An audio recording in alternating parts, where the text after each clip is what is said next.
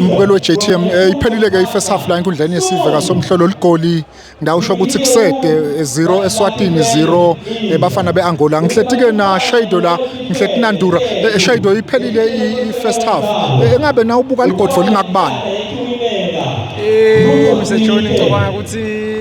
njengokusho ligodfo likubani ngicanga sibe kuyi for now le game ibuya ngasi balanced umunye umuntu angibuka kanjalo ngemehlo akhe but nje it's not a balanced game now uyayibuka because mina ngiconsent kakhulu ngendlela esi-approaching ngayo le game thina yabo sithe lana sathi oba defensive minded kuthi why ene ngiyole mfowethu sibangale problem because now uyabuka nje uSgoalkeeper uAngola mangakhe ma saves like awenza first half kusete ngisho yini yabo why si two defensives na two defensive midfielders ufisha understand ukuthi okay why mhlawumbe asathi emaplanini nabo coach ukuthi sicayeleni nga two defensive midfielders kanti sidlala ekhaya and ngingasho ukuthi okay we've got nothing to lose mhlawumbe befuna sinethi chance nabanye abadlali ukuthi bakhona ukuthi express those attacking forward players.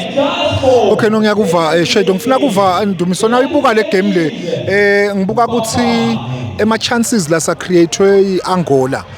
kulokunye ungabuka nje ukuthi ngilokuthi they are not probably converting them kakhulu ngibona ngazuthi thina siyadlala njengaloko asho Shado but nje asikho kahle hle kule game.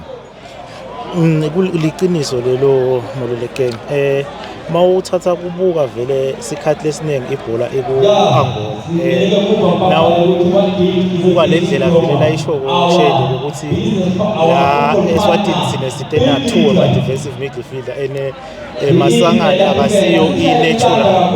midfielder so angathi ukuthi why coach akwendile because ngicabanga ukuthi bakhona labanye laba ama-attacking because kushoda i-ball playing i-ball player la egroundini ngicabanga ukuthi maybe umdlalo lofana na Neliswa noma yini uma bangasinika lokudingeka going forward because i-defense yethu siyayibona vele yihle kakhulu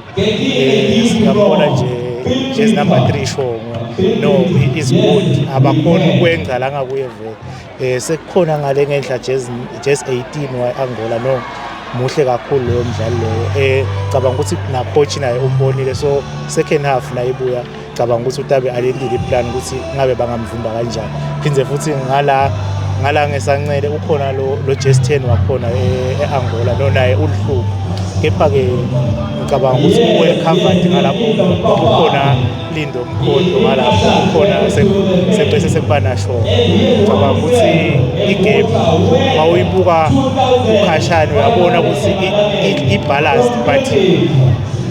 neSwatini benawo ama-chances bengabe yiwa convertile but ukhanza sihamba ngotulu kwelipali so ngala ama-saves goalkeeper Makhanya no wena umsebenzi omhle kakhulu ngabeka.